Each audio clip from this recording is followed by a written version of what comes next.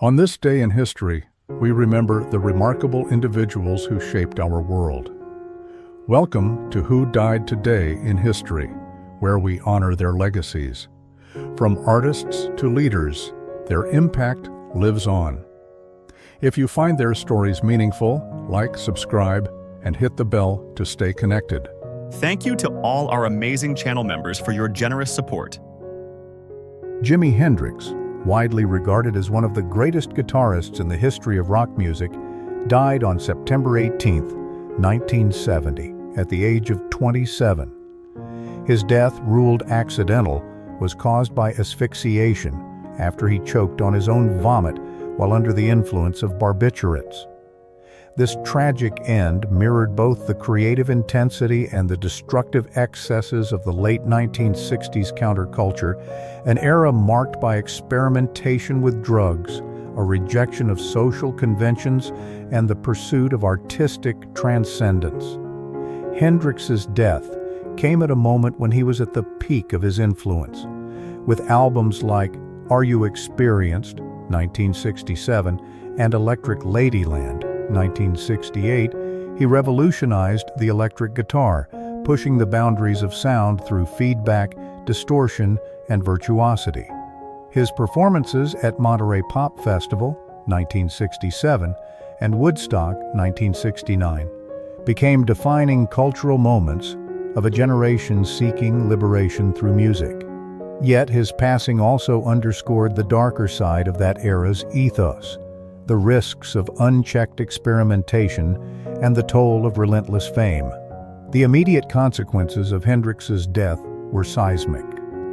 The music world was stunned as he joined what would later be dubbed the 27 Club, alongside Janis Joplin, Jim Morrison, and later Kurt Cobain, artists whose premature deaths symbolized both brilliance and fragility. His death curtailed a career that was still evolving, leaving fans and critics to imagine what further innovations he might have achieved. At the same time, his passing amplified his legend. Hendrix became immortalized not just as a musician, but as a symbol of youthful rebellion, artistic genius, and the tragic costs of excess. Hendrix's legacy has only grown since his death. His influence can be traced across genres, from rock and blues to funk and hip-hop, as artists cite him as a pioneer who expanded what music could be. Statues, documentaries, biographies, and annual tributes continue to celebrate his artistry, while his recordings remain foundational texts in the study of modern music. His death, while tragic, elevated him to mythic status, forever young, forever groundbreaking. Reflecting on Hendrix's passing reveals how humanity intertwines mortality with memory and myth-making.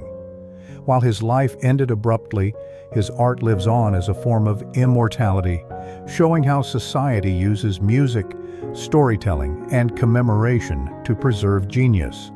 In remembering Hendrix, we acknowledge both the brilliance and fragility of human creativity, and how even in loss, cultural icons can achieve a form of eternal life. Ruth Bader Ginsburg, Associate Justice of the United States Supreme Court and a towering figure in the fight for gender equality, died on September 18, 2020, at the age of 87. Her death, caused by complications from metastatic pancreatic cancer, was natural but carried enormous symbolic and political weight. Ginsburg had battled multiple bouts of cancer while remaining on the court, embodying perseverance and dedication to public service. Her passing reflected both the advances of modern medicine, which extended her career well beyond earlier expectations, and the cultural reverence for figures who stand as symbols of justice and reform. Ginsburg's career spanned decades of transformation in American law and society. Before joining the Supreme Court in 1993, she had already left a profound mark as an advocate for women's rights, arguing landmark cases that dismantled legal barriers to gender equality.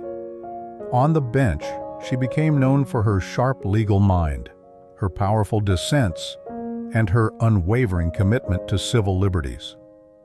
Her death in 2020, occurring just weeks before a contentious presidential election, immediately reshaped the political landscape. It created a vacancy that was swiftly filled, intensifying debates over the court's direction and the balance of power in American democracy. The immediate consequences of her passing extended beyond law into the cultural and emotional fabric of the nation. Vigils erupted across the country, with mourners leaving flowers and notes at the Supreme Court steps. Her death amplified her legend, transforming her from a living icon into a mythic figure. Known in popular culture as the notorious RBG, she had already achieved celebrity status late in life, inspiring books, films, and a generation of young people who saw in her a model of resilience and justice. With her death, that cultural resonance only deepened, cementing her as one of the most influential figures in modern American history. Ginsburg's passing reveals much about humanity's relationship with mortality, power, and memory. While death ends a life, it can magnify the symbolic power of one's work. Society immortalizes figures like Ginsburg, not only through legal precedent, but through art, biography, and public commemoration. Statues, classrooms, and even memes serve as vessels of collective memory, ensuring that her ideals remain present in civic discourse. In remembering her, we see how individuals can become more than their lifetimes, living on as embodiments of the struggles and hopes of entire generations. Lona Andre, a Hollywood actress of the 1930s and 1940s, passed away on September 18, 1992, at the age of 77. Her death was natural, attributed to complications of old age, and stood in contrast to the dramatic careers and often tragic endings of many of her contemporaries. While not a household name like some of her peers, Andre's career and quiet passing nonetheless highlight the fleeting nature of fame and the shifting values of the Hollywood era she once belonged to. Andre rose to prominence during the golden age of Hollywood, appearing in more than 50 films. Known for her beauty and charm, she often played light comedic roles or the supportive female lead. Yet her career reflected a challenge many actresses of her time faced: the industry's tendency to typecast women and to sideline them once their youth began to fade. By the 1940s, Andre's screen presence diminished, a common fate for actresses whose worth was unfairly tied to their appearance rather than their craft. Her eventual retreat from the spotlight echoed broader cultural dynamics of her era, when women in Hollywood were celebrated but often discarded. The immediate consequences of her passing in 1992 did not ripple across society in the way the deaths of major stars did. Instead, her death was noted quietly, primarily by film historians and classic cinema enthusiasts. However, in its quietness lies a telling truth. Not every life in the public eye culminates in a public spectacle.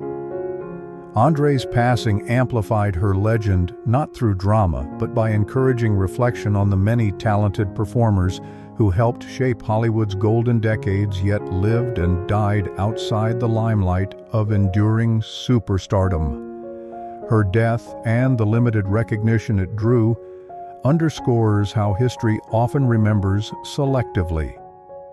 Humanity's relationship with mortality and memory becomes evident here. While some figures are immortalized through statues, books, and constant cultural reference, others fade into relative obscurity despite significant contributions. Yet through film archives, retrospectives, and the work of historians, Andre's presence lingers. Cinema itself becomes the art form that immortalizes her, ensuring that even if her name is not widely spoken, her image and performances remain preserved.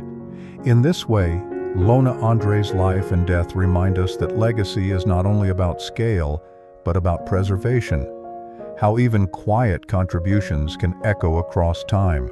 Sabol, the visionary co-founder and creative force behind NFL Films, passed away on September 18, 2012, at the age of 69 from brain cancer.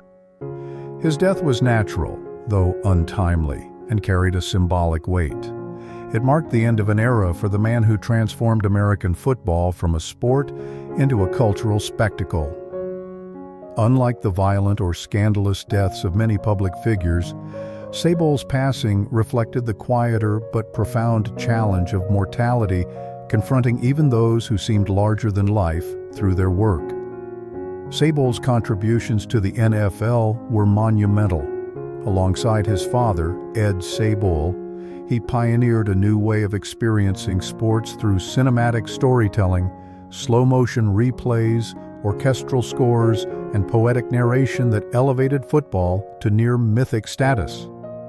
When he died, tributes poured in not only from the NFL community, but from athletes, filmmakers, and fans who had grown up seeing the game through his lens. The immediate consequence of his death was a wave of recognition of just how deeply his vision had shaped the identity of America's most popular sport. His passing amplified his legend by framing him not simply as a producer, but as an artist. In an era when sports had become a billion-dollar industry, Sabol's work reminded audiences of the values of drama, artistry, and narrative that underpin fandom. His death underscored the shift from the gritty realism of sport to its presentation as modern mythology, a transformation that he himself had helped create. Without Sabol, football might have remained just a game. Because of him, it became an enduring story of heroes, rivalries, and triumphs. Reflecting on Sabol's death reveals humanity's complex relationship with memory and power. Mortality often compels society to reevaluate contributions, elevating figures whose legacies might otherwise be taken for granted. In Sabol's case, his legacy is immortalized through the very medium he mastered, film. NFL Films continues to preserve his vision, ensuring that every highlight reel and documentary bears his imprint. This is how art, in the form of moving images and storytelling, keeps memory alive. Ultimately, Steve Sabol's departure reminds us that cultural immortality does not always come from being the player on the field, but from shaping how the story of the game, and by extension, life itself, is told. Ernie Coombs, best known as Mr. Dressup, passed away on September 18, 2001, at the age of 73 after suffering a stroke. His death, natural in its medical cause, struck a deep emotional chord in Canada and beyond.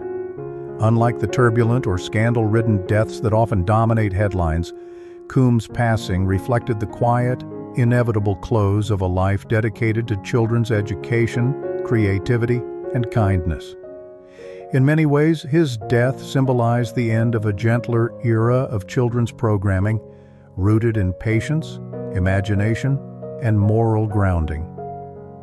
Coombs' career spanned more than 3 decades on Canadian television, where Mr. Dressup became a cultural institution. With his tickle trunk full of costumes and his puppets Casey and Finnegan, Coombs nurtured generations of children, emphasizing creativity, friendship, and empathy.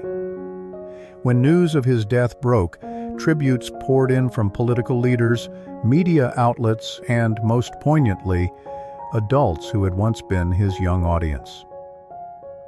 The immediate consequence of his passing was a collective mourning that revealed how deeply he had become woven into Canada's cultural identity.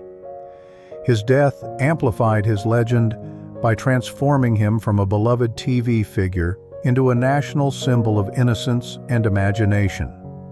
At a time when children's entertainment was rapidly commercializing, with loud, fast-paced shows dominating the landscape, Coombs' passing reminded the public of the enduring value of slower, more thoughtful storytelling. His legacy was not simply that of an entertainer, but of a cultural caretaker who left behind a vision of childhood rooted in exploration and gentle guidance.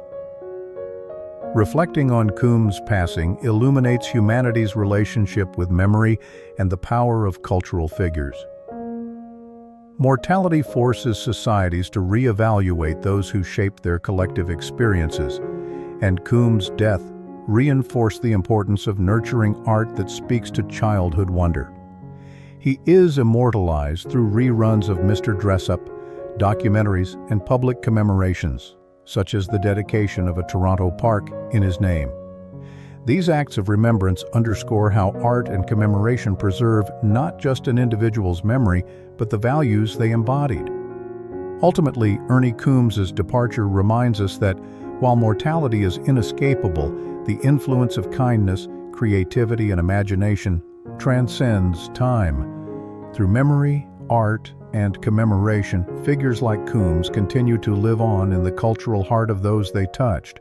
Leonid Kinsky, the Russian-born actor remembered for his distinctive character roles, died on September 8, 1998, at the age of 95 from natural causes. His passing, peaceful and largely private, contrasted sharply with the flamboyant personalities he often portrayed on screen. Unlike the high-profile tragedies that often capture public attention, Kinsky's death reflected a quieter end to a long life, one shaped by displacement, resilience, and adaptation across turbulent eras. Born in St. Petersburg in 1903, Kinsky fled the chaos of the Russian Revolution and built a career in Hollywood, where his eccentric accent and expressive mannerisms made him a memorable supporting player.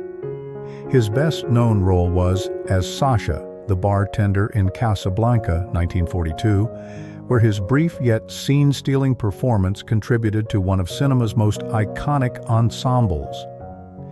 In many ways, his life mirrored the immigrant story, one of survival, reinvention, and carving out a space in an industry that often typecast outsiders. His death at the close of the 20th century symbolized the passing of Hollywood's golden age, when character actors like Kinsky provided texture and authenticity to films dominated by larger-than-life stars. The immediate consequence of his death was relatively subdued. Unlike leading actors whose passing prompts worldwide mourning, Kinsky's was marked quietly in industry circles and by devoted film historians.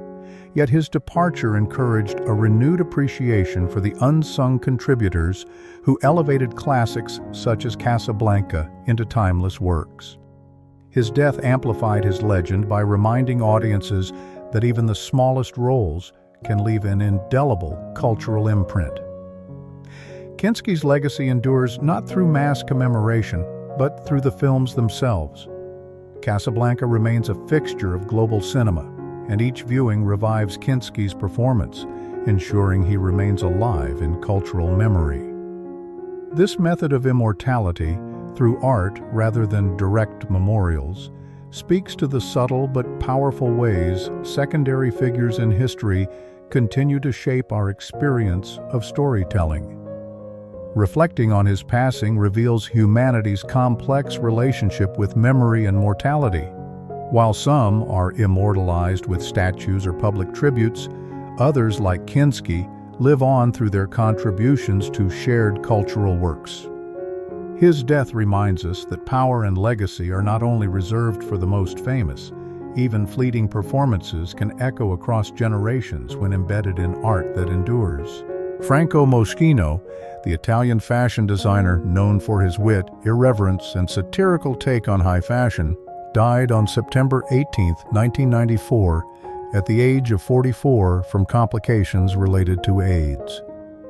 His death, both natural in its medical cause and tragic in its timing, reflected the challenges of the late 20th century, when the AIDS epidemic claimed countless creative voices. In the conservative world of fashion, his passing highlighted the vulnerability of even its most innovative figures and underscored how the era's stigmas shaped public perceptions of the disease. Moschino's career was defined by rebellion against the rigid rules of couture. Through bold statements, jackets adorned with stop signs, dresses covered in question marks and biting slogans like "good taste doesn't exist," he used clothing to mock the pretensions of luxury while simultaneously elevating it.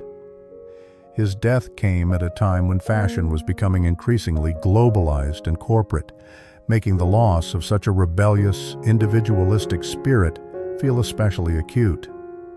The immediate consequence of his passing was both shock and sorrow within the fashion community. His label, Moschino, had already established itself as a bold counterpoint to more traditional houses, and many feared his vision would vanish with him. Instead, his death amplified his legend, transforming him into a symbol of creativity lost too soon. The brand continued under the direction of his colleagues, ensuring that his humorous, ironic approach remained a distinctive voice in the industry.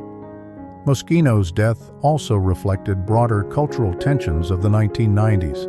The AIDS crisis had decimated communities of artists and designers, forcing society to confront issues of illness, stigma, and remembrance.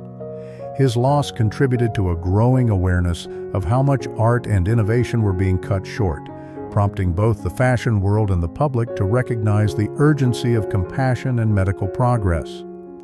Today, Moschino is immortalized through the continued success of the brand bearing his name, as well as through retrospectives and exhibitions that highlight his unique contributions. His work lives on not only in museums and fashion archives, but also in the playful irreverence of younger designers he inspired. Ultimately, Moschino's death reminds us that mortality often sharpens the contours of legacy.